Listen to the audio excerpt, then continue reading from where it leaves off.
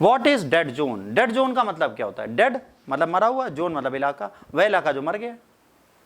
अगर हिंदी में आपसे पूछे what is dead zone, sir मरा हुआ इलाका, आप तो यही बोलोगे ना, एक आम आदमी यही बोलेगा सर मरा हुआ इलाका।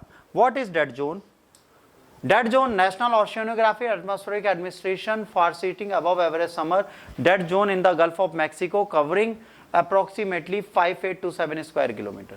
कहां पर है? गल्फ ऑफ मैक्सिको में 5827 स्क्वायर किलोमीटर के जोन को समुद्र के अंदर हमने डेड जोन कह दिया।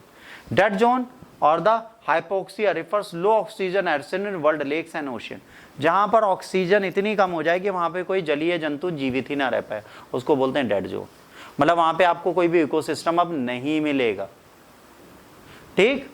Because most organism need oxygen to live, few organism can survive in hypoxic condition, that is why these areas are called as dead zone.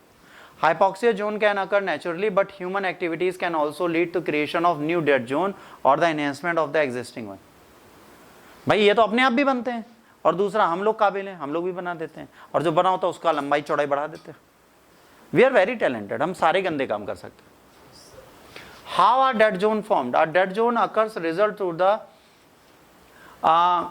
eropication which happens when a body of a water is inundated with too many nutrients such as phosphorus and nitrogen. सबसे important इसमें क्या है? Phosphorus और nitrogen जब कहीं पे भी बढ़ता है तो क्या होता है? मरने लगते हैं, ठीक। A normal level of the organism called cyanobacteria or the blue green algae finds in on these nutrients. यहाँ पर क्या? Feeds on this nutrition. Blue green algae अगर कहीं पर भी आपको दिखती है तो नॉर्मल लेवल जो होता है तब ये ठीक है। जब दो ज़्यादा न्यूट्रिशन आ जाते हैं, ओवर ग्रोथ उनकी एल्गी की होने लगती है, तो ये क्या करते हैं? ये एल्गी जो होते हैं ये ब्लूम करने लगते हैं, बढ़ने लगते हैं। जैसे आपने देखा होगा तालाबों में एक ग्रीन कलर का प्लांट आ जाता है ऊपर तक, क्या बोलते हैं उसको? जलकुंभी। देखा है? जलकुंभी क्या करता है? एकदम ग्रीन एल्गी है जो उस पर्टिकुलर प्लेस की ऑक्सीजन लेवल खत्म कर देता है।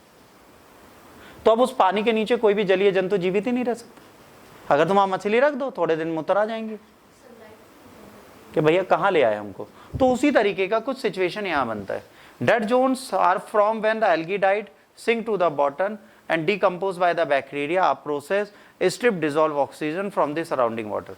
जब ये होता है, डिकम्पोज होता है, बैक्टीरिया से डिकम्पोज करता है, तो ऑक्सीजन को है उसकी बॉटम और सराउंडिंग से खत्म करने लगता है। Dense algal blooms also block sunlight which prevents underwater, है ना, grasses from growing. In turn animal that depends on these grasses for food shelter suffers as well.